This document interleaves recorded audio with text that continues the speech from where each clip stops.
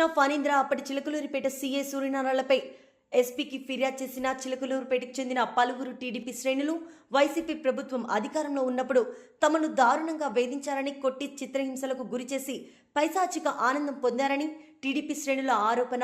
Telugu Desam party కోసం పనిచేస్తే చంపేస్తామని బెదిరించారని విచారణ జరిపి కేసు నమోదు చేయాలని ఎస్పీ శ్రీనివాసరావును కోరిన బాధితులు. అందరికీ నమస్కారం.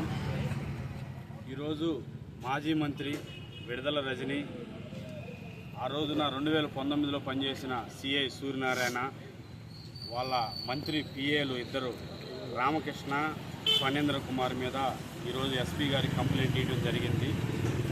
ఎందుకంటే 2019లో వైసీపీ ప్రభుత్వం వచ్చిన తర్వాత గతంలో సిబిఎన్ ఆర్మీగా పనిచేశానని నేను పత్తిపాటి పుల్లారావు గారికి అనుకూలంగా పత్తిపాటి పుల్లారావు గారితో పాటు తిరిగానని నన్ను అక్రమంగా నిర్బంధించి 5 రోజులు అక్రమంగా నిర్బంధించి సిఏ సూర్యనారాయణ ఆయన విశిక్షణ రహితంగా కొట్టాడు. కొట్టేదే కాక ఆ రోజున ఎమ్మెల్యే తర్వాత మంత్రి విడుదల రజనీకి వాట్సాప్ కాల్, వీడియో కాల్ ద్వారా ఫోన్ చేసి వీడియో కాల్ చూపిస్తూ నన్ను కొట్టడం జరిగింది లైవ్లో.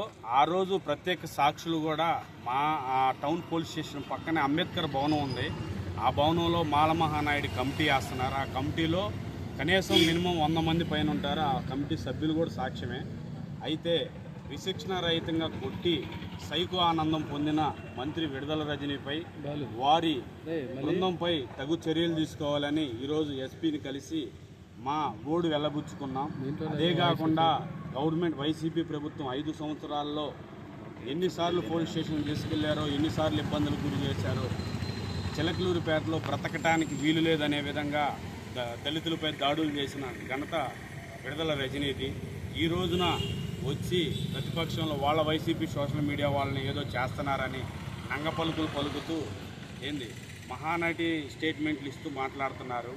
గతంలో 5 సంవత్సరాలు ఏం చేసిన అరాచకాలను, అన్యాయాలను ప్రజలు కోకొల్లలోగా వస్తున్నారు.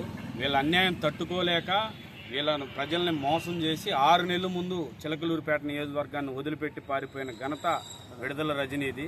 మళ్ళీ ఈరోజు ఏం మొహం పెట్టుకొని చిలకలూరిపేట సమన్వయకర్తకు వస్తుందో తెలియదు.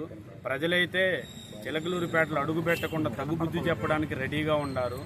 మళ్ళా నిన్ను నమ్మే పరిస్థితిలో ప్రజలు లేరు. ఇది దయచేసి దళితులు ప్రశాంతంగా ఉండాలంటే చంద్రబాబు గారి ప్రభుత్వంలోనే ప్రశాంతంగా ఉంటారు. ఇలాంటి ప్రభుత్వంలో నడుచుకుంటూ దుర్మార్గులైన ఈ మంత్రి విడుదల రజని, మాజీ మంత్రి విడుదల రజని, సిఏ సూర్యనారాయణ, ఫణీంద్ర కుమారు, పిఏ రామకృష్ణ, ఇలా 4 తగు చర్యలు తీసుకొని మాకు న్యాయం చేయవలసిందిగా కోరుతున్నాం.